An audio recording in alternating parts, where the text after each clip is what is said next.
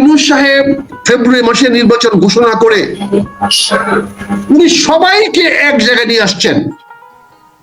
উনি একদিক দিয়ে যেমন জুলাই ঘোষণা দিয়ে এই জুলাই বিপ্লবটাকে মহিমান্বিত করেছেন, এটাকে একটা ভিত্তি দিয়েছেন, জনগণের কাছে প্রতিষ্ঠিত করেছেন, পাশাপাশি চিঠি দিয়ে নির্বাচনের তারিখ ঘোষণা করে উনি বাংলাদেশে মানুষের আস্থা অর্জন করেছেন।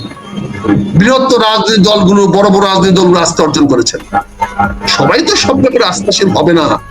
আমরা আপনার বিরুদ্ধে এই নির্বাচন না হওয়া পর্যন্ত একটি কথাও বলবো না, এটা আমার অঙ্গীকার। আজকে আপনার সামনে আমি অঙ্গীকার করছি, ডক্টর ইউনূস সাহেবের কোনো বিষয় নিয়ে আমি কথা বলতে পারি, কিন্তু উনাকে আমি অস্বীকার করে কোনো কথা, উনাকে দায়ী করে কোনো কথা আমি নির্বাচন না হওয়া পর্যন্ত বলবো না।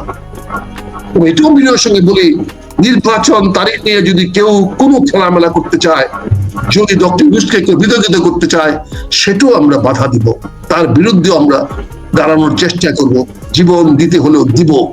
আমরা ফেব্রুয়ারি মাসের মধ্যে যে কোনো মূল্যে নির্বাচন চাই, করতেই হবে। ডক্টর ইউনূসের অঙ্গীকার, সে অঙ্গীকার আমাদের সবাইকে রক্ষা করতে হবে। আসেন আমরা সবাই ডক্টর ইউনূস সাহেবের পিছনে দাঁড়াই। আসেন আমরা বলি, ডক্টর ইউনূস আপনি এগিয়ে চলেন। আসেন আমরা এক বাক্যে বলি, ডক্টর ইউনূস জিন্দাবাদ। ওনার প্রতি আনুগত্য দেখায়, সারা দেশ আনুগত্য দেখায়। উনি যেন আগামী দিনে বাংলাদেশকে একটা সুন্দর পথে, সুখের পথে, শান্তির পথে, সমৃদ্ধির বাংলাদেশের পথে আমাদেরকে সবাইকে একসঙ্গে নিয়ে আগাতে পারেন। আসেন আমরা সবাই ওনাকে সহযোগিতা করি। এটা আমার অনুরোধ থাকবে আপনাদের সবার সামনে, যারা আমাকে ভালোবাসেন, যারা আমাকে স্নেহ করেন, যারা আমার কথা শুনতে পছন্দ করেন, তাদের কাছে আপনি তো আমরা থাকবো, ঘরে বসে থাকেন না। আসেন ডক্টর ইউনূস সাহেবের পিছনে আমরা দাঁড়াই। উনি যেন ওনার এই বক্তব্য, ওনার যেন এই জুলাই ঘোষণা বাস্তবায়িত করতে পারেন। আমার মনে হয় এটা বাস্তবায়িত করলে দেশ জাতির মঙ্গল হবে, জনগণের কল্যাণ হবে। এটা আমার ব্যক্তিগত মতামত, আপনারা হয়তো একমত হবেন কিনা জানি না, তো আমি আমার মতামতটা আপনার সুযোগ নতুন বলে আমি পরিষ্কার করে বললাম। না ভাই, আমি ন্যূনতম সংখ্যা দেখি না, নেতিবাচক দেখি না। দেখেন, আমি একটা কথা বলি, প্রতিটি মানুষের তার বক্তব্যটা দেওয়ার অধিকার দিতে হবে। তো সবাই যদি খালি ভালো ভালো ভালো ভালো বলেন তাহলে তো হলো না। আপনাকে একজনকে দাওয়াত দিয়া পোলাও কুরমা খাওয়াইছেন, এখন যদি কোনো কারণে লবণ কম হয়, সে কি বলতে পারবেন না ভাই পোলাওটা ভালো হয়েছিল কিন্তু লবণ কম হয়েছে, আর একটু লবণ হলে পোলাওটা ভালো হইতো? তাহলে অন্যায়টা কি? ওনারা বলছেন নির্বাচন দিয়েছেন, ওনারা তো বলেন না নির্বাচন মানে না, ওনারা বলছে ঠিক আছে। তবে যদি এইটা পিয়ারের মধ্যে হইতো, এটা যদি জুলাইয়ের আরো বিভিন্ন বক্তব্য ছিল সেগুলোকে যদি সন্নিবেশিত করা হইতো, বা আরো কিছু দাবি দেওয়া পূরণ করে করা হইতো, তাহলে এটা সর্বোত্তম হইতো। কিন্তু আমি তো পুরো প্লেটটা ফেলে দেই নাই, আমি তো আমার খাবারের প্লেটটা ছুঁড়ে ফেলে দেই নাই যে ভাই আপনার প্লেটে আপনার লবণ হয়নি, আমি খাবো না পোলাও। এটা তো কোন রাজনৈতিক দল দেয় নাই। ফার্স্ট টাইম ইন বাংলাদেশ সরকার প্রধানের বক্তব্যের 24 ঘন্টার মধ্যে কেউ মানি না শব্দটা বলে নাই। একটি মানুষকেও পাবেন না, একটি রাজনৈতিক দলকেও পাবেন না যে ওনার এই বক্তব্য মানে না, ওনার দেওয়া নির্বাচনে আমরা যাব না। এখন সকল রাজনৈতিক দলে তাদের সুবিধা অসুবিধা থাকতে পারে, তাদের সমস্যা থাকতে পারে। অনেক রাজনৈতিক দল এখন নিবন্ধন পায় নাই, তাদেরও হারি থাকতে পারে। অনেক রাজনৈতিক দলের এখনো হয়তো তাদের 300 আসনে তারা গুছিয়ে আনতে পারে নাই, তারাও কিছু সময় চাইতে পারে, তাদের প্রয়োজন পড়তে পারে। তারা আগে থেকে বলে রাখলো যে সময়টা কম বা বাড়াইতে হবে। এই প্রশ্নগুলো তো নেতিবাচক না, এগুলা তাদের যার যার অবস্থান থেকে তারা কথা বলে রাখতেছে। এখন জামাত তো নির্বাচনমুখী দল। আপনি দেখেন গত 1 বছরে জামাত এমন কোন গ্রাম নাই, এমন কোন বাড়ি নাই যে এলাকা, তারা তো প্রথমেই 300 আসনের জন্য 300 প্রার্থীকে মনোনীত দিয়ে দিয়েছে।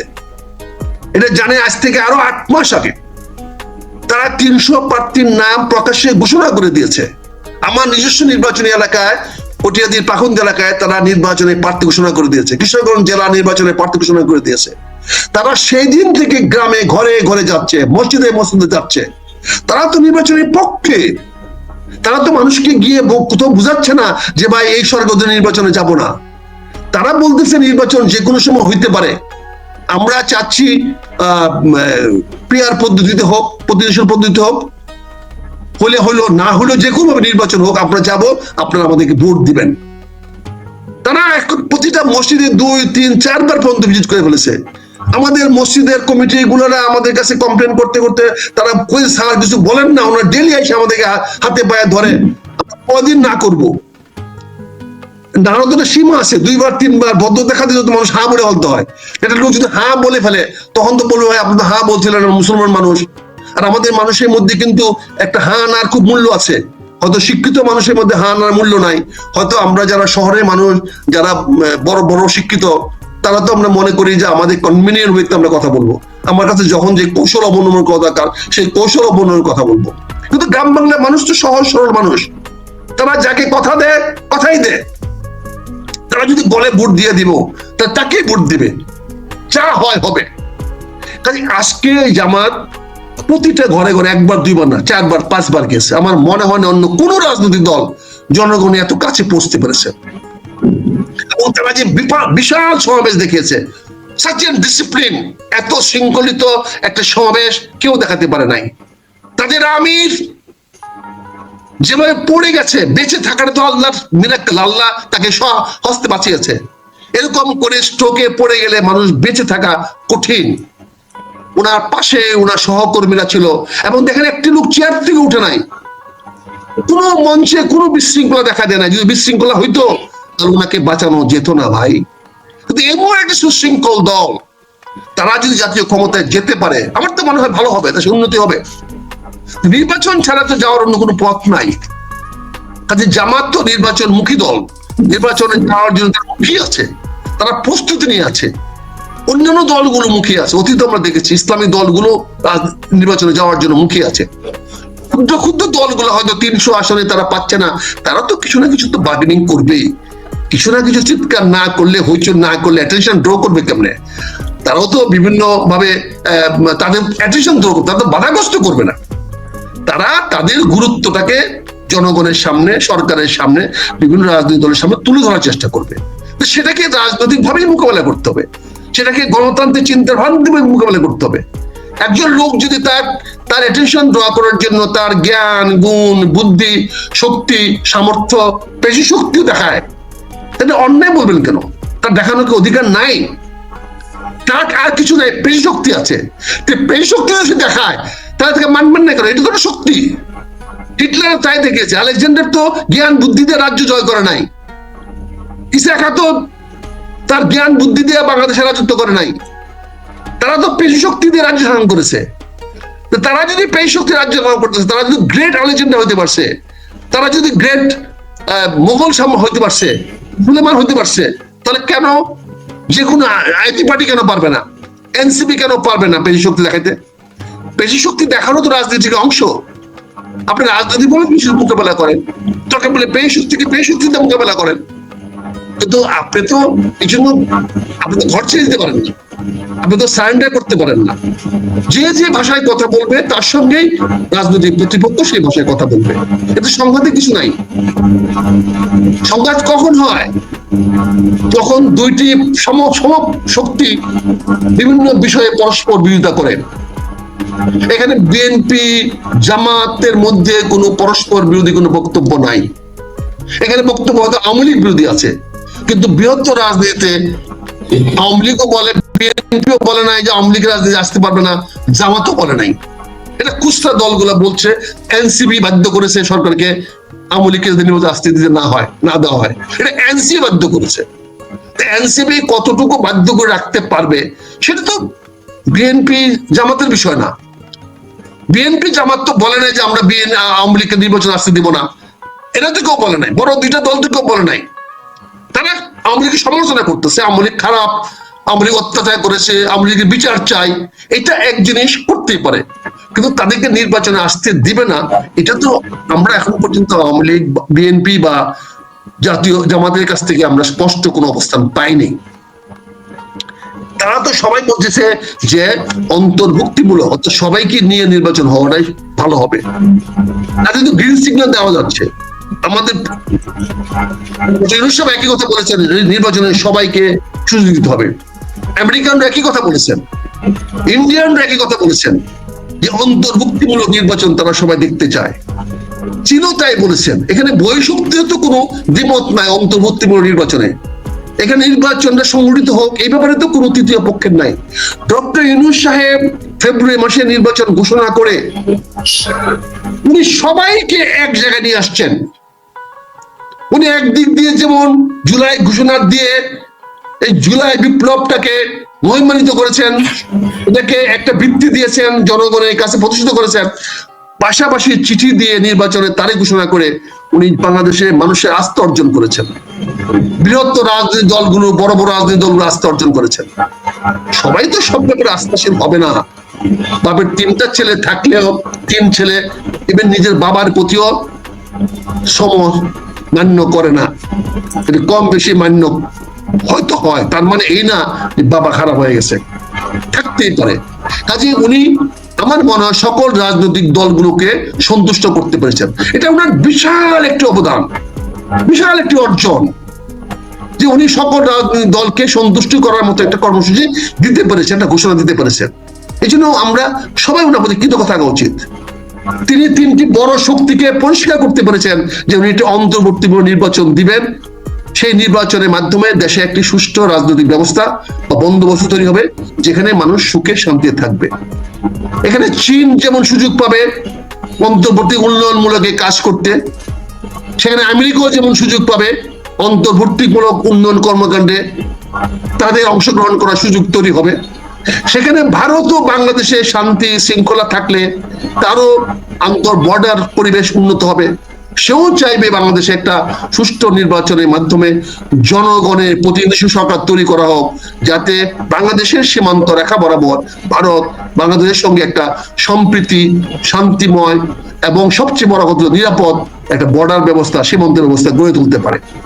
কাজে ডক্টর ইউনূস তিনটে শক্তিকেই উনি সন্তুষ্ট করতে পেরেছেন। আমার মনে হয় তিনটে শক্তিরই সমর্থন তিনি ইতিমধ্যে পেয়েছেন। আলামতে দেখতে পাচ্ছি, বিভিন্ন রাষ্ট্রের কথাবার্তা দেখতে পাচ্ছি যে এরা তিনজনেই ফেব্রুয়ারি নির্বাচনের ব্যাপারে সম্পূর্ণ সন্তুষ্ট। তারাও চায় আগামী ফেব্রুয়ারির মধ্যে একটি সুষ্ঠু, অবাধ, নিরপেক্ষ, গ্রহণযোগ্য নির্বাচনের মাধ্যমে একটি নতুন সরকার ক্ষমতায় আসুক, যেই সরকার দীর্ঘমেয়াদে বাংলাদেশের মানুষের জন্য অন্তর্ভুক্তিমূলক উন্নয়নের মাধ্যমে একটি দেশটাকে সামনে দিয়ে এগিয়ে নিয়ে যেতে পারবে। এই বিষয়টাকে আমি মনে করি ইতিবাচক ভাবে আমাদেরকে দেখা দরকার, এবং এটাকে নির্বাচন পরিবর্তন হয়ে যাবে, নির্বাচন বাদ হয়ে যাবে, এটা আমার মনে হয় আমাদেরকে এই চিন্তাটাকে বাদ দিয়ে সবাই কিভাবে নির্বাচনটা আরো বেশি গ্রহণযোগ্য হয়, সুষ্ঠু হয়, অবাধ হয় এবং নিরপেক্ষ হয় সে ব্যাপারে সবার চেষ্টা করা উচিত। আমি অনুরোধ করবো সকল রাজনীতিবৃন্দকে, আসেন না আমরা একবার তো দেখাই দেই যে আমাদের এই দেশকে, জনগণকে নেতৃত্ব দেওয়ার মতো ক্ষমতা, জ্ঞান, মেধা, বুদ্ধি আমাদের আছে। আসেন না আবার একবারের মতো আমরা প্রমাণ করি যে আমরা বাংলাদেশের মানুষকে সৎ পথে, সুখে, নিরাপদ বাংলাদেশ গড়ার জন্য নেতৃত্ব দিতে আমরা সক্ষম। আমরা হানাহানি, কাটাকাটি, গুন্ডামি, বদমাশি ছেড়ে দিয়ে, চাঁদাবাজি ছেড়ে দিয়ে আসেন না আমরা বাংলাদেশের মানুষের মন মতো একটি সরকার গঠন করে মানুষের কল্যাণে আমরা রাজনীতি করি। একদম প্রমাণ করেন একবার, একবার রাজনীতিবিদরা আপনারা প্রমাণ করেন যে আপনারা দেশের মানুষকে সঠিক নেতৃত্ব দিতে আপনারা সক্ষম। আর যদি না করেন তাহলে বোঝা যাবে আপনার রাজনীতিতে আপনারা উপযুক্ত নন। আমি বিনয়ের সঙ্গে বলবি আপনারা সবাই উপযুক্ত, সবাই আপনারা এই দেশকে মৃত্যু দেওয়ার মতো সক্ষমতা আপনাদের আছে, কিন্তু প্রমাণ করতে হবে জনগণের সামনে। আমি আহ্বান জানাবো আপনারা দয়া করে এবার জনগণের সামনে প্রমাণ করেন। আপনি সংসদ সদস্য চান, প্রমাণ করেন আপনি আপনার এলাকার সবচেয়ে ভালো মানুষ, প্রমাণ করেন মানুষের কাছে আপনি সবার আস্থাশীল, প্রমাণ করেন মানুষ যেন, জনগণ যেন নিজের ভোট নিজে দিতে পারে। ওদের পুলিশের দরকার নাই, প্রশাসনের দরকার নাই, পুলিশ দিয়ে এখন নির্বাচন হয় না। যারা পুলিশ দিয়ে নির্বাচন দিতে চান, আজকে আমি দেখলাম ইলেকশন কমিশনার সাহেব ধমকাচ্ছেন, উনি এত পুলিশ দিবেন, নির্বাচন বাতিল করে দিবেন। ধমকায় নির্বাচন হবে না। ইসি সাহেব ধমকানোর পিছনে মানুষ বলে উনি কত মাল চায় বলেন। আমাদের গ্রামে একটা কথা ছিল যে খুব কড়া ওসি আইছে, সিনিয়র মেম্বার বলছে কড়া ওসি আইছে, ভালো কথা, জিজ্ঞাসা কর ওনার রেট কত, ওনার মিনিমাম কত। কড়া যত হবে তত আপনার রেট নির্ধারিত হবে। কড়া কথা বলেন না, ইলেকশন কমিশনার সাহেব, কড়া কথা করে নির্বাচন করাতে পারবেন না। মানুষের কাছে বিনয়ী হন, মানুষকে আহ্বান জানান, আপনারা ভোট কেন্দ্রে আসেন, আপনারা ভালোভাবে ভোট দেন, সুষ্ঠুভাবে ভোট দেন, আপনাদের ভোটাধিকার আপনারা প্রতিষ্ঠিত করেন। আপনার এলাকার মানুষকে আমরা সাহায্য করব, সহযোগিতা করব, যত প্রয়োজন পড়ে আমরা এলাকার ভোটারদেরকে সহযোগিতা করব। ভোট আপনারা দিবেন, ভোট আপনারা গণনা করবেন, ভোট ঘোষণা আপনারা দিবেন, ভোট কেন্দ্রের নিরাপত্তা আপনারা রক্ষা করবেন। এই দায়িত্ব প্রতিটি কেন্দ্রের জনগণের হাতে দেন। পুলিশের ধমক দেখান না। পুলিশের ধমক দেখালেই পুলিশের মিটার বাড়ে, ওসির মিটার বাড়ে। বাংলাদেশে খুব কম ওসি পাবেন যে গরুর গাবতলি গরুর মতো বেচা কেনা হয় না। প্রতিটা থানার ওসি এই বাংলাদেশের যে কোনো বাজারে বেচা কেনা হয়। এমন খুব কম ওসি পাবেন যারা আছেন তাদের প্রতি আমার শ্রদ্ধা সম্মান, হয়তো কিছু আছেনও, কিন্তু বেশিরভাগ ওসি গরুর বাজারের মতো বিক্রি হয়, গরুর হাটের মতো বিক্রি হয়। সেখানে পুলিশের ধমক দিয়ে বলেন না আপনি এত পুলিশ দিবেন, এই দিবেন, এতে নির্বাচন সুষ্ঠু হবে। পুলিশ দিয়ে গণনির্বাচন সুষ্ঠু হয় না, প্রশাসন দিয়ে গণনির্বাচন সুষ্ঠু হয় না। আমরা দেখেছি, আমরা গণভোট করা দেখেছি, যে আরো মানুষ ভোট করা দেখেছি। ডিসি বাচ্চারা, চোরের বাচ্চারা কেমনে ভোট ব্যবস্থা করে দেয়। 98% ভোট দিয়েছিল জিয়াউর রহমানকে এই বাংলাদেশের ডিসি বাচ্চারা। কলঙ্কিত হয়েছে জিয়াউর রহমান। আমরা মুখ দেখাতে পারি না। এখন যখন গণভোটের কথা বলা হয় তো জিয়াউর রহমানের সেই ভোটের কথা বলা হয়। 98% ভোট দিয়ে জিয়াউর রহমানকে গণভোটে জয়ী করা হয়েছিল। এই বাস্টার ডিসিরা, তৎকালীন সময়ে জওরা ডিসিরা, ওই সময় ডিসি গুলা শহরের বাচ্চারা এই করেছিল। আমি মনে করি এখনকার ডিসিরা অনেক ভালো, অনেক সংবেদনশীল, অনেক বিবেকবান, সত্যপরায়ণ, ন্যায়পরায়ণ। এর প্রমাণ আমরা দেখতে চাই এবার নির্বাচনে। এবার নির্বাচনে দেখতে চাই যে প্রতিটি মানুষ যে ভোট দেবে তার ভোটটা প্রপারলি গণনা করা হবে। জনগণ যেন নিঃসংকোচে ভয়ে ভোট কেন্দ্রে আসতে পারে, ভোট দেবে। ভোট কেন্দ্রে বেড়া দরকার নাই, ভোট দরকার নাই, ভোট নেওয়ার জন্য স্বচ্ছ ব্যবস্থা গ্রহণ করে। আবারও বিনয়ের সঙ্গে বলবো, সিএসি সাহেব ধমকায়েন না, বাতিল করে দিবেন। বাতিল করে দিবেন কি, কয়টা বাতিল করবেন আপনি? তাহলে আপনি গন্ডগোলটা উস্কায় দিচ্ছেন। আপনি বলে দিচ্ছেন যে লোক পরাজিত হবে, সেই লোককে উস্কায় দিচ্ছেন আপনি, জনাব সিএসি সাহেব। আপনার এই বক্তব্য উস্কানিমূলক। আপনি গতকালকে রংপুরে যে বক্তব্য দিয়েছেন সেই বক্তব্যটি উস্কানিমূলক। অর্থাৎ যার পরাজিত হওয়ার ভয় থাকবে সেই গন্ডগোল করবে, সেই ভোট কেন্দ্র লুট করবে, সেই খারাপ কিছু করবে, যাতে ভোট সেখানে বন্ধ হয়ে যায়। ওই সমস্ত কথাবার্তা বলেন না সিএসি সাহেব। অতীতে অনেক সিএসি সাহেব কি অবস্থা দেখতেছেন না? জনগণকে সম্মান করেন। আমি প্রথম বলেছি, ডক্টর ইউনূস সাহেব যে কথা বলেছেন, জনগণকে সম্মান করেন, জনগণকে শ্রদ্ধা করেন। ভোট দেওয়ার দায়িত্ব, ক্ষমতা জনগণের হাতে ছেড়ে দেন। জনগণ সুস্থ ভোট কেমনে করতে হয় জনগণের চেয়ে ভালো কেউ জানে না। জননেতাদের হাতে ছেড়ে দেন। প্রতিটি এলাকায় মুরব্বী আছেন যাদেরকে মানুষ মানে, তাদেরকে ক্ষমতায়ন করেন, তাদের হাতে ছেড়ে দেন। তাহলে ভোট সুষ্ঠু হবে, অবাধ হবে, নিরপেক্ষ হবে, গ্রহণযোগ্য হবে। আর হুমকি ধামকিতে হবে না। ওই আইন দেখেন না আমাদেরকে, যে আইন বাজারে কিনতে পাওয়া যায়, যে আইনের মাধ্যমে আপনারা সবাই বিক্রি হন। কাজেই দয়া করে এটা না করে সুষ্ঠু অবাধ নিরপেক্ষ নির্বাচনের ব্যবস্থা করেন। ডক্টর ইউনূস সাহেব যে কমিটমেন্ট দিয়েছেন তাকে কলঙ্কিত করেন না। ইনি আগামী দিনে বাংলাদেশের ত্রাণকর্তা, ত্রাণদাতা হিসাবে জনগণ দেখতে চায়। ওনাকে বাংলাদেশ আগামী দিনে বলবে এই দেশের মুক্তিদাতা, তার নাম হলো ডক্টর মোহাম্মদ ইউনূস। আমরা ওনাকে মুক্তিদাতা হিসেবে দেখতে চাই। আমরা ওনাকে বাংলাদেশের মুক্তিদাতা হিসাবে আমরা ওনাকে পরিচিত করতে চাই। আমরা পরিচিত করতে চাই বা নতুন বাংলাদেশ যে আজকে যে মোড় নিয়েছে, যে নতুন পথে হাঁটা শুরু করেছে, মানুষকে যে কল্যাণের দিকে নিয়ে আসছে, দেশকে যে সুন্দর দিকে নিয়ে যাচ্ছে, তার মুক্তিদাতা হলেন ডক্টর মোহাম্মদ ইউনূস। আসেন আমরা সেটা প্রমাণিত করি, আসেন সেটা প্রতিষ্ঠিত করি। এখানে ডক্টর ইউনূস সাহেবের কাছে আমার কিছু চাওয়ার নাই, উনি আমাকে কিছু দিতে পারবেন না, কিছু করতে পারবেন না। কিন্তু তারপরে মনে যদি কোনো ভালো মানুষ, কেউ ভালো কাজ করে, কেউ সৎ কাজ করে, জনগণের কল্যাণে কাজ করে, তাদের পাশে থাকা আমাদের দায়িত্ব। এটা আমাদের ফরজ। ইসলামীকে বলবো এটা আমাদের ফরজ, সত্যের পক্ষে থাকা আমাদের ফরজ। আল্লাহ সত্যের কথা বলেছে, সৎ কাজ করো, সৎ কাজকে অনুপ্রাণিত করো। কাজে আসেন আমরা সৎ কাজে থাকি, আসেন ডক্টর ইউনূসের পিছনে আমরা দাঁড়াই, আসেন এটা সুষ্ঠু অবাধ নিরপেক্ষ নির্বাচন আমরা দেশে করতে পারি, এটার প্রমাণ রাখি। দেখেন, নাহিদ আমার ছেলের চেয়েও ছোট, তার বক্তব্যটাকে আমি খুব গুরুত্বের সঙ্গে দেখি না, তার ক্রিয়াটাকে গুরুত্বের সঙ্গে দেখি।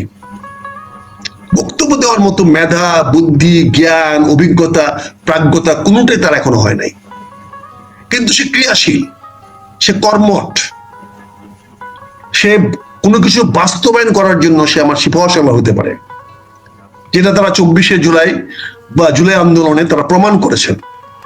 তাদের পরিকল্পনা সে করে নাই, সেই পরিকল্পনা কারা করেছে এটা তো আমরা জানি এবং দেখেছি। মেটিকুলাস প্ল্যান কারা করেছে, ইউএসএআইডি $29 মিলিয়ন দিয়েছে, যে অর্থ সরবরাহ করেছে, এবং সেটা কারা করেছে সেটা দেখেছি। কিন্তু হ্যাঁ, নাহিদের মতো একজন কর্মঠ এরকম বাস্তবায়িত করার সিপাহসালার আমাদের অনেক প্রয়োজন, এবং এরকম অনেক সিপাহসালার এনসিপিতে আছে।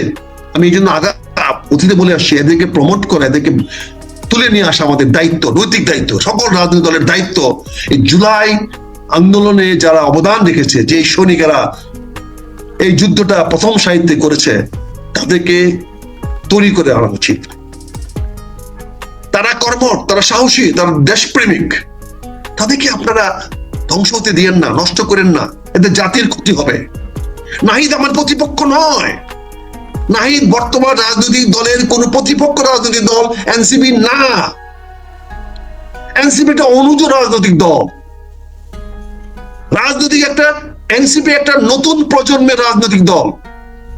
এটাকে আপনি প্রতিপালন করেন, তাদেরকে রক্ষণাবেক্ষণ করেন, তাদের প্রতি ভালো ব্যবহার করেন, তাদের ভুল ভ্রান্তি গুলাকে ভৎসনা না করে, তাদেরকে হিউমিলিয়েট না করে, তাদেরকে অবমূল্যায়িত না করে, তাদেরকে অপমান না করে, তাদের জনগণের সামনে ছোট না করে, তাদেরকে শুধরানোর চেষ্টা করেন, তাদেরকে বুঝান।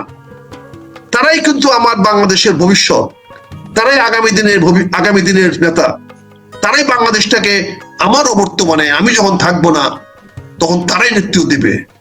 আমার তো 2, 3, 5 বছরও নাই, আজকে রাতটা যাবে কিনা আমি জানি না। আমার বয়স এখন 74, আমার তো একদিনও বাঁচার সম্ভাবনা নাই।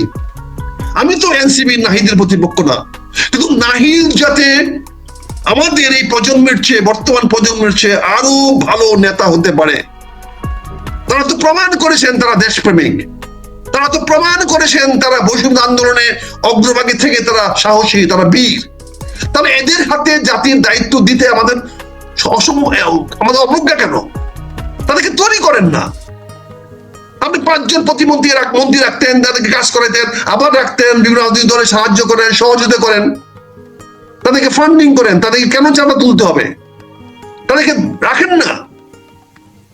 ঠিক আছে, তাদেরকে আপনার বৈষম্য ছাত্র আন্দোলন বা বৈষম্য আন্দোলন ভেঙে দিয়ে তাদেরকে আপনি একটা জায়গায় নিয়ে গেছেন, তাদেরকে আপনার রাজনৈতিক দল করেছেন। সে রাজনৈতিক দলটাকে কেন আপনি তাদেরকে বাধাগ্রস্ত হচ্ছেন? বড় রাজনৈতিক দলগুলো কেন তাদের প্রতিদ্বন্দ্বী হয়ে যাচ্ছেন? তাদের কথাগুলাকে আপনি শুনেন না, কথাগুলোর সঙ্গে তাদের কাউন্টার অ্যাটাক করে কেন তাদের করেন? তাদের উপর প্রতি আক্রমণ কেন করেন? তাদের বক্তব্যগুলো শুনে তাদের সাথে আলোচনায় বসেন, টেবিলে বসেন। বাবা, ঠিক আছে, তুমি চাচ্ছ এটা এখন এই মুহূর্তে সম্ভব বা সম্ভব না। তোমরা চেয়েছিলে শেখ হাসিনার পতন হয়েছে, এবং রাষ্ট্রটা আরেকটা শেখ হাসিনার বিকল্প একজনকে তো আনতে হবে। আমি ইচ্ছা করলে আনতে পারি না। ডক্টর ইউনূস আসছেন, যেহেতু তোমরাই বিপ্লবটা ঘোষণা দিয়েছো, তোমরা এনে দিয়েছো, কিন্তু ওনাকে তো দীর্ঘদিন রাখা যাবে না। ওনাকে তো একটা সাংবিধানিক বা আইনের কাঠামোর মধ্যে আসতে হবে। উনি সাংবিধানিক কাঠামোতে না আসলে, আইনি কাঠামোতে না আসলে বিদেশিরা আমাদের সঙ্গে সম্পর্ক রাখবে না। উনি আজকে যেটা করে যাচ্ছেন, আগামী দিনে সেটা জনগণের সামনে চ্যালেঞ্জ হয়ে দাঁড়াতে পারে, জনগণ এটাকে গ্রহণ নাও করতে পারে। অতএব ওনার শাসনটাকে একটা আইনি বৈধতা, সাংবিধানিক বৈধতা দেওয়ার জন্য আমাদের একটা সুষ্ঠু পরিকল্পনা দরকার, সুষ্ঠু কার্যক্রম চালানোর দরকার। কাজে এটা তো আলোচনার বিষয়, বুঝানোর বিষয়, তাদেরকে ভৎসনা করার বিষয় নয় তো, তাদেরকে তাচ্ছিল্য করার বিষয় নয় তো, তাদেরকে অপমান করার বিষয় নয় তো। আপনি কেন তাদেরকে আপনি প্রতিদ্বন্দ্বী ভাবছেন? কেন? এরা তো আগামী দিনের প্রজন্ম, এরা তো আগামী দিনের প্রজন্মকে নেতৃত্ব দিবে আরো 50 বছর। যে 50 বছরে আমি মাটিও থাকবো না, আমার মাটিতেও অস্তিত্ব থাকবে না। সেইখানে আমি কেন প্রতিযোগিতা করতে যাচ্ছি তার সঙ্গে? সে আমার আগামী দিনের লিডার, আগামী 50 বছরের সে লিডার, আগামী 30 বছর পরে সে আমার নেতা। আমি নাহিদকে দেখতে চাই আমার 30 বছরের পরের প্রধানমন্ত্রী। আমি হাসনাত আব্দুল্লাহ দেখতে চাই সেই বলিষ্ঠ পুরুষ, বাংলাদেশের রাজনীতিতে একটি আইকন। আমি সার্জিস দেখতে চাই, তারা বাংলাদেশের মানুষকে সঠিক পথে নিয়ে যাবে। তাদেরকে আমরা তৈরি করতে চাই, কিন্তু সেটা না করে রাজনীতিবিদরা কাদা চোরাচুরি করে এই ছেলেদের প্রতি অবিচার করছেন, অন্যায় করতেছেন। প্রশাসন বলেন, রাজনীতিবিদ বলেন, যারাই বলেন, তাদের প্রতি যা করতেছেন এটা অন্যায়, এটা অবিচার, এটা তাদের প্রতি আপনারা গুরুতর অন্যায় করতেছেন। তারা যে কোনো বক্তব্য দেওয়ার অধিকার রাখে, সেটা শোনার দায়িত্ব আপনার। পালন করবেন কি করবেন না সেটা আলোচনার মাধ্যমে তাদেরকে বুঝায় বলেন। আমি সেই মিনতি করব, সেই কামনাই করব, কিন্তু তাদেরকে আপনারা সমাজের কাছে হেওয়া করেন না। আজকে সার্জিস হ্যাঁ হয়ে যাওয়া, হাসনাত হ্যাঁ হয়ে যাওয়া, আজকে মেয়েগুলা হ্যাঁ হয়ে যাওয়া, এই নাহিদকে ছোট করা মানে বিপ্লবকে ছোট করা। তাদেরকে জনগণের সামনে ছোট করা, অপমানিত করা মানে আপনি বিপ্লবের সঙ্গে অপমানিত করছেন, বিপ্লবের সঙ্গে বিশ্বাসঘাতকতা করতেছেন। এই জুলাইয়ের বিপ্লবকে আপনি অস্বীকার করার চেষ্টা করতেছেন।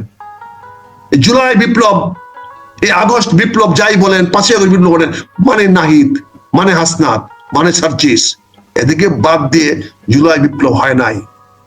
এটাকে যদি কেউ মানতে না চান, আমি সরি, আমি আপনাকে ভালো মানুষ বলবো না, বরঞ্চ বলবো আপনারা কায়েমি স্বার্থবাদী। আপনাদের হীন স্বার্থের জন্যই আজকে বাংলাদেশে শান্তি স্থাপন হচ্ছে না। আপনারাই হলেন জাতীয় শত্রু, আপনারা হলেন গণশত্রু, আপনারাই মানুষের শত্রু। আপনাদের নিধনে আগে করা উচিত, কালকের প্রজন্ম হয়তো তাই ভাববে। এই প্রজন্মে রাজনীতিবিদদেরকে ভাবতে হবে, অতীত প্রজন্ম ভাবতে হবে, আমাদেরকে মানুষ বিশ্বাস করে না। আগামীতে যদি আরেকবার হয় তাহলে এই গৃহযুদ্ধকে আপনি ঠেকাতে পারবেন না। অনেক মানুষ কতল হয়ে যাবে, অনেক মানুষ ক্ষতিগ্রস্ত হয়ে যাবে। এই রাজপথ ছেড়ে সংলাপে আসেন, আলোচনায় আসেন, মানুষের কল্যাণে আসেন। কাউকে হেয় করবেন না, কাউকে গালাগালি করে গালমন্দ করে সমস্যার সমাধান হয় না, কাউকে ধমকায় সমস্যা হয় না, চোখ রাঙ্গায় সমস্যার সমাধান হয় না। আলোচনা, আলোচনা, আলোচনা, সংলাপের মাধ্যমে মানুষের ভাগ্যের পরিবর্তন করা সম্ভব। ডক্টর ইউনূস দেখিয়ে দিয়েছেন, 1 বছরে উনি কৃতিত্ব দেখিয়েছেন যে হ্যাঁ, উনার ধৈর্য আছে। আলোচনার মাধ্যমে দেশটিকে সঠিক দিকে নিয়ে যাওয়ার প্রাজ্ঞতা, জ্ঞান, বুদ্ধি, অভিজ্ঞতা ডক্টর ইউনূস সাহেবের আছে। আসেন আমরা ওনার সঙ্গে এক হয়ে ওনাকে শক্তিশালী করি। দেশ অবশ্যই আগামীতে বাংলাদেশের ভালোর দিকে যাবে। আসেন আমরা সবাই বলি, ডক্টর ইউনূস জিন্দাবাদ, ডক্টর ইউনূস যেখানে আমরা আছি সেখানে। আমরা বলতে চাই, ডক্টর ইউনূস আপনি এগিয়ে চলেন, বাংলাদেশের মানুষ আপনার সঙ্গে আছে। এই যে ফেসিবাদী শাসন ব্যবস্থা বাংলাদেশে গড়ে উঠেছিল, এটার বিরুদ্ধে যে বাংলাদেশের জনগণের দীর্ঘমেয়াদী সংগ্রাম ছিল গত 15 বছর যাবত, বিশেষ করে বাংলাদেশ জাতীয়তাবাদী দল যেভাবে 15 বছর ধরে এক নাগারে আন্দোলন করে আসতেছিল, হয়তো তারা বিপ্লবে রূপান্তরিত করতে পারে নাই, কিন্তু তাদের যে দীর্ঘমেয়াদী আন্দোলন, এই আন্দোলনের স্বীকৃতি জনাব ডক্টর ইউনূস সাহেব দিয়েছেন। আমি তার জন্য ওনাকে কৃতজ্ঞতা জানাই, তার জন্য ধন্যবাদ জানাই। পরবর্তীতে উনি যেটা বলেছেন সেটা যে সাংবিধানিক সংস্কারের একটা প্রতিশ্রুতি উনি দিয়েছেন। দেখেন, সংবিধান কোন স্থায়ী দলিল নয়। সংবিধানের মধ্যেই সংবিধান সংশোধন করার প্রয়োজনীয়তা আছে। মানুষ পরিবর্তন হয় যুগে যুগে, সময়ে সময়ে মানুষের মননশীলতা, মানসিক অবস্থা, মানুষের সবকিছু পরিবর্তন হয়। 20 বছর, 50 বছর, 100 বছর আগে মানুষের চিন্তা, চেতনা, ভাবনা বা তার পটভূমিকা বা প্রাসঙ্গিক অবস্থা এক থাকে না, পরিবর্তন হয়েছে। আমরা 25 বছরে যেখানে ছিলাম, এই 25 বছর পরে তো ওই জায়গায় নাই। 50 বছর যেখানে ছিলাম সেখানেও নাই। আমরা ঢাকা শহরে সাইকেল চালায় বেড়াতাম। আমি ঢাকা শহরে সাইকেল নিয়ে ঘুরতাম। আমি জগন্নাথ কলেজে পড়তাম, ধানমন্ডিতে পড়তে যেতাম, আমি কলেজে যেতাম সাইকেল দিয়ে। আমি সাইকেল দিয়ে গুলশানে আমার মামার বাড়িতে বেড়াতে যেতাম। আমার মামা থাকতেন এখানে বনানীতে একটা বাসায়, চাকরি করতেন সিভিল এভিয়েশনে। আমি সাইকেলে করে আসতাম, কিন্তু এখন তো চিন্তাই করা যায় না সাইকেল করে ঢাকা শহরে আপনি চলবেন। কাজে পরিবর্তন হয়েছে। তো এই যে সংবিধানটা কোনো স্থির দলিল নয়, এটি মূল দলিল। যথেষ্ট, অবশ্যই এটি মূল দলিল, এটা জাতির জন্য, রাষ্ট্রের জন্য মূল দলিল, কিন্তু এটা কোনো স্থির দলিল নয় যেটাকে পরিবর্তন করা যাবে না। এটা পরিবর্তনশীল, সময়ের সঙ্গে তাল মিলিয়ে, মানুষের চাহিদার সঙ্গে তাল মিলিয়ে আজকে নতুন প্রজন্ম সৃষ্টি হয়েছে। আজকে বাংলাদেশের বর্তমান প্রজন্মের বয়স 50 বছরের কম, যাদের বয়স তারা প্রায় 90 ভাগ। আমাদের মতো কয়জন আমরা বেঁচে আছি? 50-এর আগে যারা আমরা জন্মগ্রহণ করেছি তারা মূল জনগোষ্ঠীর 10 ভাগেরও হব না, কিন্তু বাকি 90 ভাগ কিন্তু এই বাংলাদেশ, স্বাধীনোত্তর বাংলাদেশের জন্ম তাদের হয়েছে। কাজে তাদের সাংবিধানিক চেতনা নিয়ে, সংবিধানের পরিবর্তন নিয়ে তাদের আকাঙ্ক্ষা থাকতে পারে, তাদের মনোবাসনা থাকতে পারে, তাদের দাবি থাকতে পারে। ডক্টর ইউনূস সাহেব এই যে সংস্কার, সংবিধান সংস্কার করার প্রতিশ্রুতি দিয়েছেন এবং উনি বলেছেন যে এটাকে পর্যায়ক্রমে জনগণের চাহিদা অনুযায়ী, তারুণ্যের চাহিদা অনুযায়ী পরিবর্তন করা হবে বা উনি করাতে পারবেন বা চেষ্টা করবেন, এই প্রতিশ্রুতিটা অনেকটা গুরুত্বপূর্ণ। এটার জন্য উনি জাতির কাছ থেকে ধন্যবাদ পেতে পারে। আমি তো ব্যক্তিগত ওনাকে বলবোই, কারণ এটা অন্যতম ইতিবাচক দিক যে উনি এই সংবিধান সম্বন্ধে অবস্থানটাকে পরিষ্কার করেছেন। চতুর্থ আমি যেটা বলবো যে এই যে শহীদ যারা নিহত হয়েছে, আহত হয়েছে 24-এর এই জুলাই আন্দোলনে, তাদের প্রতি একটা স্বীকৃতি দেওয়া অত্যন্ত প্রয়োজন ছিল, সময়ের প্রয়োজন ছিল, এবং এটা আরো আগে দেওয়া উচিত ছিল। এটা ডক্টর ইউনূস সাহেব ক্ষমতা নেওয়ার সঙ্গে সঙ্গে প্রথম সপ্তাহে না পারলেও প্রথম মাসে স্বীকৃতি দিয়ে দেওয়া ছিল তার নিজের ক্ষমতা প্রয়োগ করে। কিন্তু যে কোনো কারণ হোক উনি সেটা করেন নাই বা করতে পারেন নাই বলবো আমি। 1টি বছর পার হয়ে গেল, কিন্তু তারপরে বলবো যে উনি আশা আমাদেরকে বিনাশ করেন নাই, আশাহীন করেন নাই। তিনি শেষ পর্যন্ত এই শহীদ মুক্তিযোদ্ধাদেরকে জাতীয় বীর ঘোষণার প্রস্তাব দিয়েছেন, যেটা শহীদরা আনন্দ খুশি হবে, তারা নিজেদের থেকে সম্মানিত বোধ করবে। তার যারা পুত্র হারিয়েছে, সন্তান হারিয়েছে, যারা শহীদ হয়েছে, তাদের বাবা মারা অন্তত একটা স্বস্তি পাবে, শান্তি পাবে মনে, যে না, আমার পুত্র, আমার সন্তানদের জীবন বিনা কারণে যায় নাই, দেশের জন্য, জনগণের স্বার্থের জন্য, মানুষের কল্যাণের জন্য আমার সন্তান মৃত্যুবরণ করেছে। ফলে তারা গর্বিত হবে। এই যে স্বীকৃতি দেওয়ার উনি আশ্বাস দিয়েছেন, প্রস্তাব দিয়েছেন, আমি মনে করি উনি বা পরবর্তী সরকার এটাকে সর্বাগ্রে এবং 100 ভাগ মূল্যায়ন করবে। আমার তো পূর্ণ সমর্থন থাকবে এই শহীদদের মর্যাদা, বীর জাতীয় বীরদের মর্যাদাকে পূর্ণ প্রতিষ্ঠিত করার জন্য যত কি দরকার আমার ব্যক্তিগত ক্ষমতা থেকে, পর্যায় থেকে, সক্ষমতা থেকে যা করার দরকার আমি অবশ্যই বর্তমান সরকার বা আগামী দিনে যে কোনো সরকারের সঙ্গে সহযোগিতা করব। এই জন্য আমি ওনাকে ধন্যবাদ জানাই। তারপরে উনি যারা আরেকটি বলেছেন, যারা এই আন্দোলন করেছে তাদের বিরুদ্ধে যেন পরবর্তীতে কোনো আইনি ব্যবস্থা নিতে না পারে, তাহলে আইনি সুরক্ষা দেওয়ার ব্যবস্থা করবে। বিশেষ করে যারা আহত বা আহত হন নাই কিন্তু অংশগ্রহণ করেছেন আন্দোলনে, অনেকেই আন্দোলনে অংশগ্রহণ করেছে, হয়তো আমরা সক্রিয়ভাবে করি নাই, কিন্তু আমরা অনেকেই তো বিভিন্ন ভাবে প্রত্যক্ষ বা পরোক্ষভাবে আন্দোলনে অংশগ্রহণ করেছি। তাদের উপরে যত পরবর্তী কোন সরকার বা কেউ যাতে কোনো আইনি শাসন বা আইনি শাসাস বা আইনি ব্যবস্থা নিতে না পারে, সেটা সুরক্ষা করার যে প্রতিশ্রুতি দিয়েছেন, আমি যেন ওনার কাছে কৃতজ্ঞতা জানাই, ধন্যবাদ জানাই, এবং আমার মনে হয় জাতীয় এই জন্য ওনাকে ধন্যবাদ জানাবে। বিশেষ করে আন্দোলনে যারা অগ্রভাগে ছিল, এই আন্দোলনে যারা অংশগ্রহণ করেছিল, যারা আহত হয়েছে তারা, এবং যারা এখনো আছে যারা আন্দোলনের সঙ্গে জড়িত ছিল, তারা তো অবশ্যই সরকারকে কৃতজ্ঞতা জানাতে পারে এবং জানাবে বলে আমি মনে করি।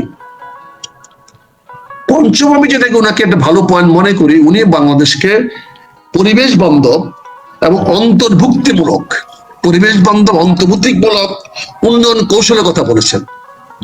পরিবেশ বান্ধব আজকে অত্যন্ত প্রয়োজন, সারা বিশ্বে আজকে সবাই পরিবেশ রক্ষা করার কথা বলেছে। উনি যে অঙ্গীকার করেছেন বাংলাদেশের পরিবেশের বাইরে, জনগণের কল্যাণের বাইরে কোন উন্নয়ন করবেন না, এই যে প্রতিশ্রুতি, এটা অনেক মূল্য আছে। তারপরে উনি বলছেন অন্তর্ভুক্তিমূলক, এটা বড় শব্দ, একটি অত্যন্ত অর্থবহ শব্দ। অন্তর্ভুক্তি মানে সকল মানুষকে সে উন্নয়নের সঙ্গে উনি অংশীদারি করাবেন। অতীতে আমরা 15 বছরে শেখ হাসিনার শাসনামলে, আওয়ামী লীগ দেখেছি যে এখানে উন্নয়নের কাজটাকে কোটারিভুক্ত করা হয়েছিল। ওনার কত সুবিধাভোগী লোকেরাই সে উন্নয়ন কর্মকাণ্ডের সঙ্গে জড়িত হতে পেরেছিল, এর বাইরে কেউ এই কাজে আসতে পারে নাই। তো উনি যে অন্তর্ভুক্তিমূলক উন্নয়ন কৌশলের কথা বলেছেন, এটা খুবই প্রসারী এবং এটা বাংলাদেশের সকল জনগণকে উন্নয়নে অংশগ্রহণ করতে উৎসাহিত করবে, উদ্বুদ্ধ করবে। এবং যে কোনো মানুষ তার মেধা নিয়ে, তার মননশীলতা নিয়ে, তার আবিষ্কার করার, তার রিসার্চ বা বিভিন্ন জিনিস নিয়ে গবেষণা করার জন্য অনেক মানুষ এগিয়ে আসবে। সেই সুযোগটা উনি বলেছেন। ওনার এই পঞ্চম গুড পয়েন্ট হিসেবে আমি যেটা চিহ্নিত করতে চাই, সেটা হচ্ছে অন্তর্বর্তীমূলক উন্নয়নে যে উনি অগ্রাধিকার দিবেন, এটা যুগান্তকারী বক্তব্য, যুগান্তকারী পদক্ষেপ। আমি অবশ্যই মনে করি এটা সারা বাংলাদেশের নতুন তরুণ প্রজন্মের জন্য একটা বিশাল পথ খুলে দিল।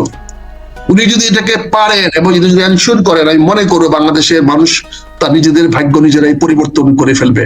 এখন এআই এর যুগ, এখানে বিকাশের যুগ। এখানে যদি আপনি সুযোগ দেন, গ্রামে বসে একটি ছেলে বাংলাদেশকে নিয়ে ভাবতে পারবে।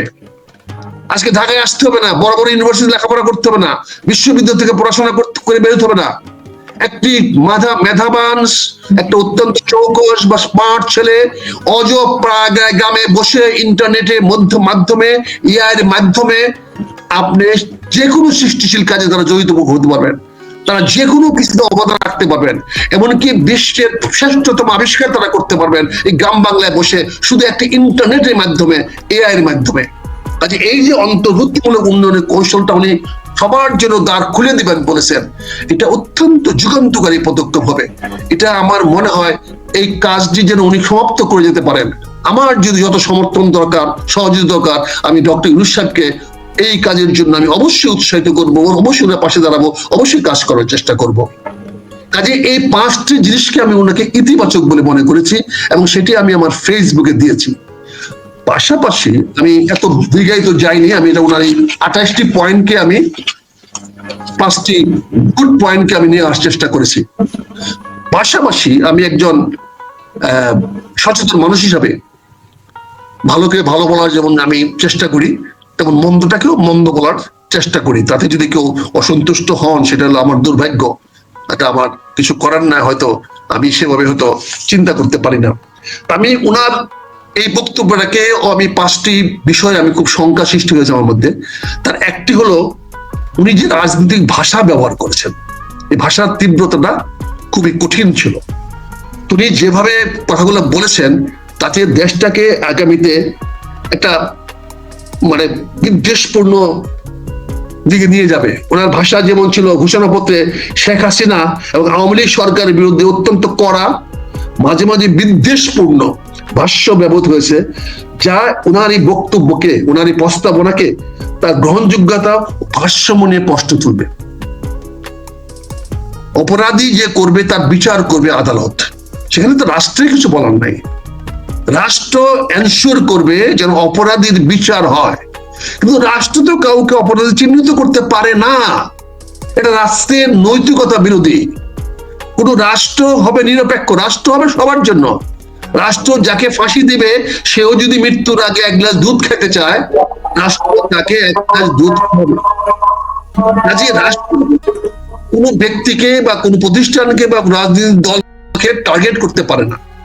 তিনি বলতে পারেন, পরিষ্কার ভাষায় বলতে পারেন যে বাংলাদেশের মাটিতে অতীতে যারা অপরাধ করেছে বা বর্তমানে যারা অপরাধ করবে, জনগণের প্রতি যারা বিদ্বেষ করবে, অন্যায় করবে, অবিচার করবে, মানুষের প্রতি ত্রাস সৃষ্টি করবে, তিনি তাদের বিচারের ব্যবস্থা করবেন, তাদেরকে আইনের আওতায় আনবেন, এটা বলতে পারেন। কিন্তু ওনার বক্তব্যটা কখনোই কোনো ব্যক্তি বা দলের বিরুদ্ধে হওয়া উচিত হয় নাই, এটা আমার মনে হয়েছে। এটা আপনারা বিচার করে দেখবেন। তারপর উনি বলেছেন দ্রুত মানে প্রতিশোধ নেবেন, প্রতিশোধের একটা মনোভাব ওনার বক্তব্যের মধ্যে ফুটে উঠেছে। উনি বলেছেন দ্রুত বিচার, অপরাধের শাস্তি ইত্যাদি বক্তব্য আমার মনে হয় রাজনৈতিক প্রতিশোধের ইঙ্গিত দিতে পারে। অনেকে বলতে পারে যে উনি দ্রুত বিচারের নামে, অপরাধের শাস্তির নামে কিছু করতে পারেন, প্রতিপক্ষকে নিধন করতে পারেন। এই জন্য আগামীতে হয়তো এতে সংঘাতের সৃষ্টি হতে পারে। যারা ওনার দ্রুত বিচার বা অপরাধের শাস্তির মোকাবেলা হবে, যারা ক্ষতিগ্রস্ত হতে পারে, তারা হয়তো নিজেদেরকে রক্ষা করার স্বার্থে, বেঁচে থাকার স্বার্থে তারা হয়তো বিকল্প পথ বেছে নিতে পারে। সেটা তো অন্যায় হবে না, কোনো অপরাধ হবে না। যাকে শাস্তি দিবেন তারও তো আত্মপক্ষ সমর্থন করার সুযোগ দিতে হবে, তারও বক্তব্য শুনতে হবে। সরকার যখন বলবে দ্রুত বিচার হবে, তখন বিচারকের ঘাড়ে কয়টা মাথা? সরকারের নির্দেশকে বাইরে সে যাবে, সে বড় অপরাধের শাস্তি হবে। অপরাধ যদি রাষ্ট্রই বলে দেয় এটা অপরাধই করেছে, সে মাসুদ অপরাধ করেছে, কাজে বিচারক তো শাস্তি দিতে বাধ্য। কারণ আমাদের দেশের বলে সারা বিশ্বে কোথাও সরকার যদি কাউকে চিহ্নিত করে অপরাধ হিসাবে, তখন সেখানে ন্যায্য ন্যায় বিচার পাওয়া যায় না, সুষ্ঠু বিচার হয় না। কাজে ওনার এই বক্তব্যের মধ্যে আমার মনে হয়েছে যে আগামীতে হয়তো ওনার এই বক্তব্যের কারণে এই দ্রুত বিচার করতে গিয়ে বা অপরাধের শাস্তি দিতে গিয়ে হয়তো দেশটাকে আবার সংঘাতের দিকে ঠেলে দিতে পারে। এটা আমার শঙ্কা, তাই আমি ওনাকে আমি জানিয়েছি। তৃতীয়ত হচ্ছে বাস্তবায়নে রূপক রাখা অনুপস্থিত। উনি যে এত সুন্দর সুন্দর কথাগুলো বলেছেন, অর্থাৎ ঘোষিত পরিবর্তনগুলি কিভাবে ঘটবে, কার দায়িত্ব এবং এটা বাস্তবায়ন করার দায়িত্ব কে নিবে, এই প্রশ্নগুলোর কোনো সুস্পষ্ট জবাব আমরা পাই নাই, দেখতে পাই নাই, সেখানে নাই। তিনি নিজেও বলেন না উনি বাস্তবায়িত করবেন, নিজেও সে দায়িত্ব নেন নাই। আবার কে দায়িত্ব নেবে এই ব্যাপারে উনি পরিষ্কার স্পষ্ট কোনো ইঙ্গিত বা দিক নির্দেশনা দেন নাই, এটা আমার কাছে মনে হয়েছে। কাজেই এই বাস্তবায়নের অনুপস্থিতিটা ঠিক হয় নাই। এই ব্যাপারে আরো সুস্পষ্ট করলে মনে জিনিসটা আরো ভালো হতো, দলিলটা আরো বেশি মানুষের কাছে গ্রহণযোগ্য হইতো, এটা আরো বেশি সংবেদনশীল হইতো এবং মানুষের কাছে একটা স্পষ্ট দলিল হিসেবে মানুষ এটাকে গ্রহণ করতে পারবো। কাজে আমি এটাকে আমার চোখে মনে হয়েছে যে বাস্তবায়নের উপর এখানে থাকা উচিত ছিল, সেটা আমি পাইনি। হয়তো এটা আমার ব্যর্থতা হতে পারে, হয়তো আমি বুঝতেও না পারি, কিন্তু আমার কাছে মনে হয়েছে এটা নাই। চতুর্থত আমি যেটা দেখেছি সেটা হচ্ছে আন্তর্জাতিক সম্পর্কের সম্ভাব্য জটিলতা সৃষ্টি হতে পারে। উনি কয়েকটা শব্দ ব্যবহার করেছেন, বিদেশিদের শক্তির বিরুদ্ধে অভিযোগ তুলেছেন। উনি বলেছেন বিদেশ থেকে বা বিদেশিরা বাংলাদেশে আধিপত্য বা প্রভাব বা প্রভুত্ব করার জন্য চেষ্টা করতেছে বা বিশৃঙ্খলা সৃষ্টি করার চেষ্টা করতেছে। উনি কোনো রাষ্ট্র বা দেশের নাম নেন নাই বা সুনির্দিষ্ট করে কাউকে বলেন নাই। ওনার এই ঢালাও অভিযোগ সারা বিশ্বে ওনার প্রতি অন্যান্য দেশে একটা নেতিবাচক বা বাংলাদেশের জনগণের প্রতি একটা নেতিবাচক মনোভাব তৈরি হতে পারে। কারণ উনি তো রাগ ডাক করে বলেন নাই, কাউকে বাদ দিয়ে বলেন নাই। উনি পরিষ্কার বলেছেন যে আন্তর্জাতিক সম্পর্কে বলেছে বিদেশি শক্তির বিরুদ্ধে। বিদেশি শক্তি কে না, বড় বড় শক্তি সবাই তো চায় বাংলাদেশ নিয়ে, কেন সব দেশে তারা প্রভাব বিস্তার করতে চায়, বাণিজ্যিক প্রভাব হোক, রাজনৈতিক প্রভাব হোক, সামরিক প্রভাব হোক, বিভিন্ন ভাবে প্রভাব বিস্তার করতে চায়। আর আধিপত্য তো কে না চায়, সবাই তো প্রভুত্ব, বড় বড় শক্তি তো বড় শক্তি এই জন্য নিজের বড় শক্তি দাবি করে, তারা ছোট শক্তির প্রভুত্ব করতে পারে। তো ওনার এই বক্তব্যটা আমার মনে হয় মিসআন্ডারস্টুড বা মিস ইনফর্ম হইতে পারে বা মিস ইন্টারপ্রেট হইতে পারে। এটার মধ্যে ভুল বুঝার অবকাশ তৈরি হতে পারে এবং ওনার সম্বন্ধে বা বাংলাদেশ সম্বন্ধে একটা ভুল ধারণা বিশ্বের কাছে তুলে ধরতে পারে। এটা আমার কাছে মনে হয়েছে, আমি জানি না এটা আপনারা একমত হবেন কিনা, কিন্তু এটা আমার বক্তব্য, আমি যেটা বলার চেষ্টা করেছি সেটা মনে হয়েছে। পঞ্চম যেটা আমাকে মনে হয়েছে সেটা হচ্ছে আইনগত বৈধতা গ্রহণযোগ্যতা। ওনার যে বক্তব্যটা দিয়েছে 28টি পয়েন্ট দিয়েছে, সেই 28টি পয়েন্টের আইনগত বৈধতা গ্রহণযোগ্যতা কতটুকু হবে। গণঅভ্যুত্থানের সরকার পর গঠিত সরকার এই ঘোষণাপত্রের আন্তর্জাতিক ও আইনি বৈধতা এখনো প্রশ্ন সাপেক্ষ। উনি কিন্তু ওনার পুরো বক্তব্যে উনি বলেছেন গণ অভ্যুত্থান, উনি কিন্তু বিপ্লব বলেন নাই। বিপ্লব যদি বলতেন তাহলে আজকে আইনগত জটিলতা বা আইনগত বৈধতার প্রশ্ন উঠতো না। কারণ বিপ্লব নিজে একটা আইন, বিপ্লব নিজে একটা সংবিধান, বিপ্লব নিজেই নিজেকে প্রতিষ্ঠিত করতে পারে।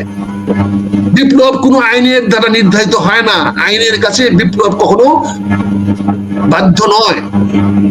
কাজে বিপ্লবের কোনো আইনগত ভিত্তি নাই, কিন্তু সে বিপ্লবটাকে জানি না কেন, কি উদ্দেশ্যে কেন বলেছেন গণ অভ্যুত্থান। আমি ওনার এই গণ অভ্যুত্থান শব্দটার সঙ্গে বিনয়ের সঙ্গে অত্যন্ত বিনয়ের সঙ্গে দ্বিমত পোষণ করছি। উনি 24 জুলাইয়ের আগস্টের আন্দোলনটাকে উনি আমার মতে মনে হয় উনি একটু নিম্ন মূল্যায়ন করেছেন, বাট অবমূল্যায়ন করার চেষ্টা করেছেন। কেন করেছেন আমি জানি না, তো আমার কাছে মনে হয়েছে, আমি তো মনে করি বাংলাদেশের সকল মানুষ মনে করে এটা ছিল একটি বিপ্লব। 5ই আগস্ট একটা বিপ্লব সংঘটিত হয়েছিল, জুলাই বিপ্লব ছিল, জুলাই ঘোষণাপত্র হলো জুলাই বিপ্লবের একটা প্রারম্ভিক ছিল, এটা প্রারম্ভিক হয় নাই, এখন হলো পরবর্তীতে আমরা বিপ্লবটা কেন করেছিলাম সেই বিপ্লবটার ঘোষণাপত্র আমরা পরবর্তীতে দিচ্ছি। যদিও জুলাই বিপ্লবটা উচিত ছিল জুলাই মাসের বিপ্লব শুরু করার আগেই এই ঘোষণাপত্র দিয়ে বিপ্লবটা শুরু করার জন্য, কিন্তু যে কোনো কারণে হোক আমরা ওই সময় জুলাই বিপ্লবের কোনো ঘোষণাপত্র দিতে পাই নাই, কিন্তু বিপ্লব সংঘটিত হয়েছে। এটা কেউ যদি কোনোভাবে অস্বীকার করতে চায়, আমি সরি ভাই, আমি তার সঙ্গে একমত হতে পারবো না। তাতে যদি আমার অপরাধ হয়, আমার জেল জুলুম হয়, আমার শিরোচ্ছেদ হয়, আমি বলবো। 5ই আগস্টকে বিপ্লব ছাড়া অন্য কিছু বলা এটা সঠিক হবে না, গ্রহণযোগ্য হবে না, মেনে নেওয়ার মতো যোগ্য হবে না।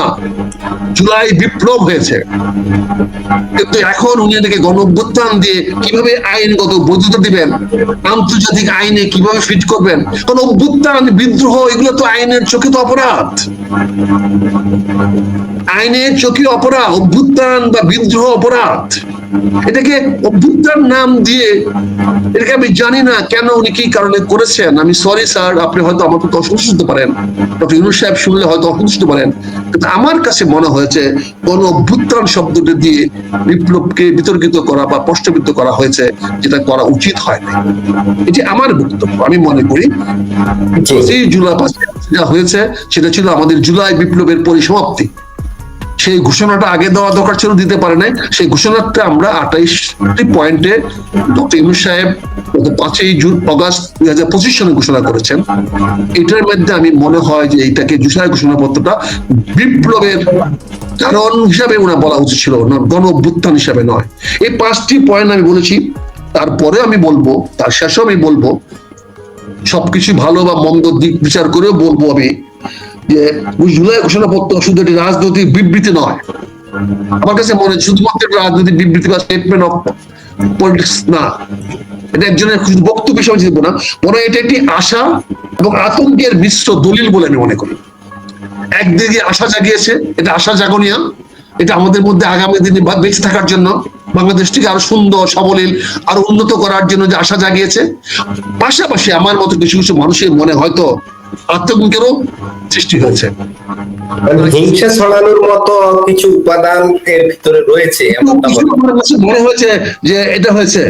তবে গণতন্ত্র, ন্যায় বিচার, বৈষম্যহীন সমাজ গঠন অঙ্গীকার যেমন আমাদেরকে আশা জাগিয়েছে, যেমন আজকে আশান্বিত যেখানে গণতন্ত্র প্রতিষ্ঠিত হবে, এখানে ন্যায় বিচার পাবো, আমরা সুবিচার পাবো, এখানে মানুষ তার বিচার পাবে, এটা যেমন আশা জাগিয়েছে, তেমনি বৈষম্যহীন সমাজ আমরা গঠন করতে পারবো, এটা আমাদের আশা জাগিয়েছে।